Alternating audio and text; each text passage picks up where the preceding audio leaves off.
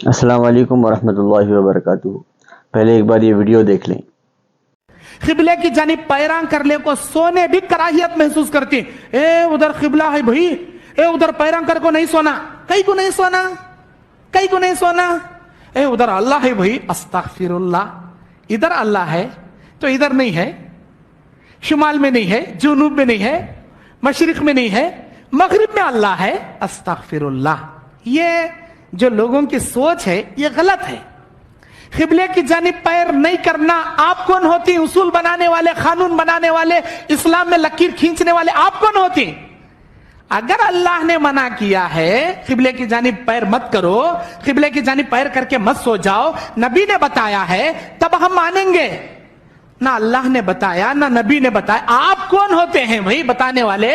کون بولے تم نہ ہمارے اماں بولی، ہماری نانی بولی، ہماری دادی بولی؟ ارے دادی بولے سب آتا اسلام نہیں ہوتے جی، قرآن بولتے سب آتا اسلام، حدیث بولتے سب آتا اسلام۔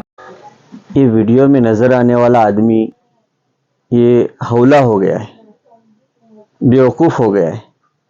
ارے بیوقوف آدمی، تجھے تیرے باوا نے بولا تھا یا تیری اماں نے بولی تھی کہ اس طرف اللہ کی ذات ہے؟ سب سے پہلے تو یہ کہ یہ بیوقوفی ہے جو بنیاد اٹھائی جا رہی ہے کہ اللہ وہاں موجود نہیں۔ اللہ تو پوری کائنات میں ہر جگہ موجود ہے۔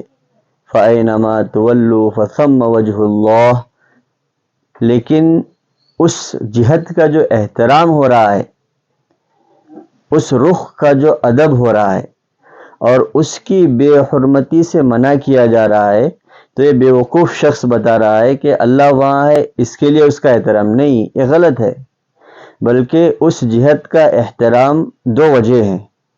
اس شخص کی یہ جو فضول بیانی ہے اس کی دو وجہ ہو سکتی ہے۔ ایک وجہ یہ کہ یہ شخص نرا، نکما، بیوقوف اور جاہل ہے اور اپنی جہالت کی وجہ سے وہ امت کو گمراہ کر رہا ہے، اور دوسری وجہ کہیں نہ کہیں یہ شخص یہود و نصارہ کا اعلی کار بنا ہوا ہے، جو کسی نہ کسی طرح سے شعائر اسلام یعنی اسلام کے مقدس چیزوں کی، مقدس اشیاء اور اعمال کی ہر وقت توہین پر اتر آتے ہیں، جس کی کچھ مثالیں ابھی قریب میں ہی قرآن پاک کے نظر آتش کرنے وغیرہ کی ہم نے دیکھی۔ تو ہو سکتا ہے کہ دونوں میں سے کوئی وجہ رہی ہوگی، یا تو یہ شخص بیوقوف ہے، نادان ہے، یا پھر یہ شخص یہود و نصارہ کا اعلی کار اور ایجنٹ ہے۔ اب اس سے ہٹ کر ہم اس مسئلے کی شرعی جہت پر آتے ہیں کہ قبلے کی طرف پیر کا پھیلانا کیسا ہے۔ تو سب سے پہلے ہم یہ بات سمجھ لیں کہ یہ جو قبلے کا ادب ہے، قبلے کا احترام ہے، یہ ہم اس لیے نہیں کر رہے ہیں کہ اس طرف اللہ ہے، بلکہ یہ ادب اور احترام اس لیے ہے کہ اس طرف بیت اللہ ہے، کعبۃ اللہ، جو شعائر اسلام میں سے ہے۔ اللہ رب العزت نے قرآن میں فرمایا ذَلِكَ وَمَن يُعَظِّمْ شَعَائِرَ اللَّهِ فَإِنَّهَا مِن تَقْوَى الْقُلُوبِ، سورہ حج آیت نمبر 32۔ بات یہ ہے کہ جو اللہ کے شعائر الہیہ کا احترام کرے، تعظیم کرے، تو یہ دلوں کا تقوی ہے۔ اب شعائر الہیہ کسے کہتے ہیں؟ شاہ ولی اللہ محدث دہلوی رحمۃ اللہ علیہ نے حجت اللہ البالغہ جلد نمبر 1 باب نمبر 7 میں تحریر فرمایا ہے، شعائر الہیہ سے مراد وہ ظاہری و محسوس امور اور چیزیں ہیں جن کا تقرر اسی لیے ہوا ہے کہ ان کے ذریعے اللہ کی عبادت کی جائے۔ اور آگے شاہ صاحب تحریر فرماتے ہیں، شعائر الہیہ میں بڑی چیزیں چار ہیں، چار بڑے شعائر الہیہ ہیں۔ سب سے پہلی چیز قرآن پاک، دوسرا بیت اللہ، تیسرا سرکار دو عالم صلی اللہ علیہ وسلم، اور چوتھا نماز۔ یہ چار شعائر الہیہ ہیں جن کا ادب اور احترام، جن کی تعظیم مسلمانوں کے لیے ضروری ہے۔ آگے لکھتے ہیں کہ شعائر الہیہ کو اللہ سے، اللہ کی ذات سے ایسی نسبت ہے کہ ان کی حرمت اور تعظیم کو لوگ اللہ کی حرمت اور تعظیم سمجھتے ہیں۔ چنانچہ بیت اللہ شعائر الہیہ میں سے ہے، اس کی تعظیم، اس کا احترام مسلمانوں پر ضروری ہے۔ بیت اللہ کے جانب پیر کرنا خلاف ادب ہے۔ اگر جان بوجھ کر یہ کام کیا جائے، جان بوجھ کر ارادتاً کیا جائے، تو مکروہ تحریمی ہے، مکروہ تحریمی کا ارتکاب کرنا گناہ ہے، اس سے آدمی گنہگار ہو جاتا ہے۔ اور یہاں تک اس کے بارے میں لکھا گیا کہ فقہا نے بیت اللہ کی طرف پیر کرنے والے کی گواہی تک کو مردود قرار دیا، اس کی گواہی قبول نہیں کی جائے گی۔ گواہی کا کیا مطلب؟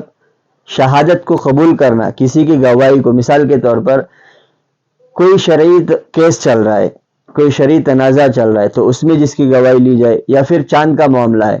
اب چاند عام طور پر نظر نہیں آیا، کچھ لوگوں نے دیکھا، تو چاند دیکھنے کے بعد جب آدمی گواہی دیتا ہے کہ میں نے چاند دیکھا ہے، تو وہ گواہی قبول کی جائے گی یا مردود ہوگی؟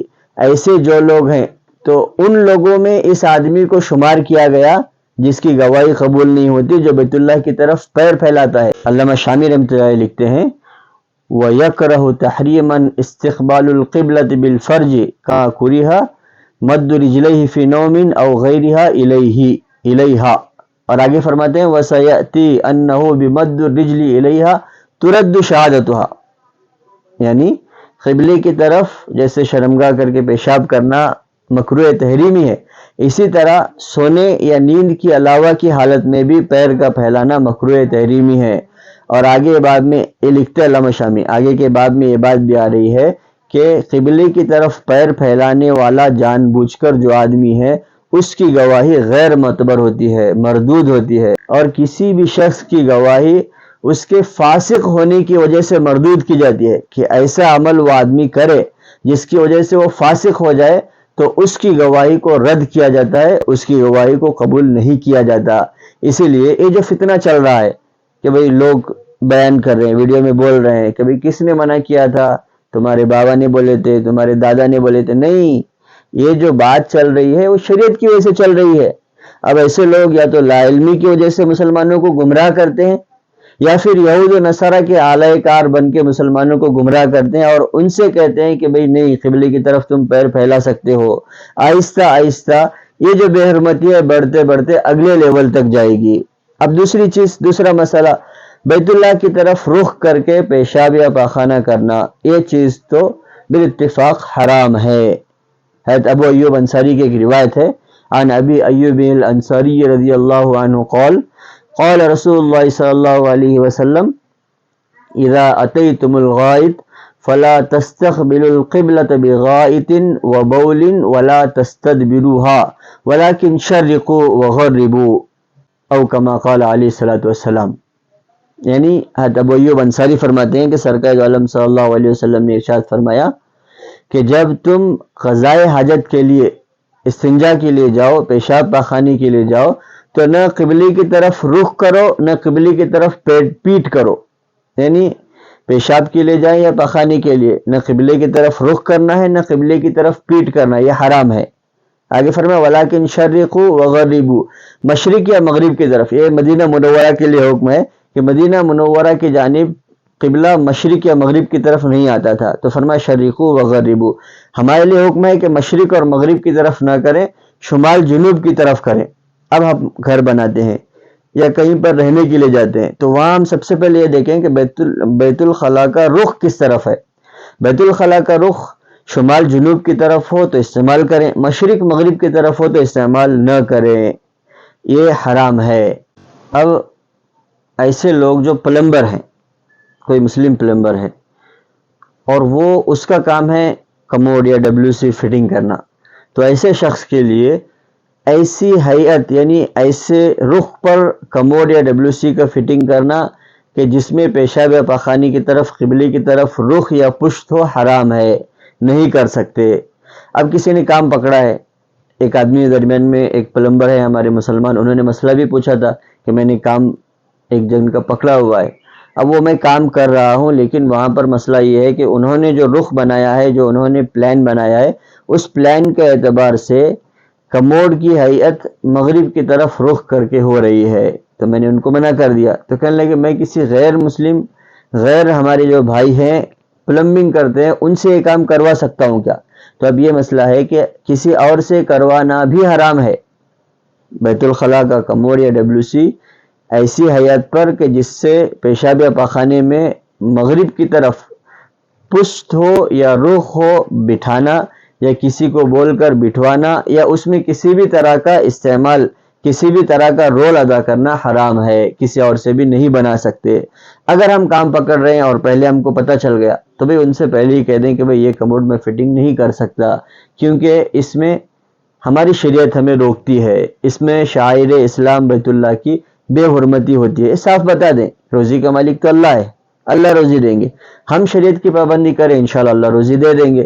باقی مسئلہ یہ ہے کہ دو چیزیں، سب سے پہلے تو قبلے کی طرف پیر پھیلانا ادب کے خلاف ہے، اگر کوئی جان بوجھ کر کر رہا ہے تو مکروہ تحریم ہے، وہ آدمی گنہگار ہوگا، یہاں تک کہ اس کی شہادت بھی قبول نہیں کی جائے گی۔ دوسری چیز، قبلے کی جانب رخ کر کے پیشاب یا پاخانہ کرنا، قبلے کی طرف رخ کر کے یا پشت کر کے پیشاب یا پاخانہ کرنا یہ حرام ہے۔ اور کوئی پلمبر ہو تو ان کا کموڈ یا WC کو ایسی حیت پر فٹنگ کرنا جس میں قبلے کی طرف رخ ہو یا قبلے کی طرف پشت ہو پیشاب پاخانے کے وقت میں حرام ہے۔ کسی اور سے کروانا یا کسی طرح سے اس میں استعمال ہونا بھی حرام ہے۔ واللہ الموفق، والصلاۃ والسلام علی رسول اللہ۔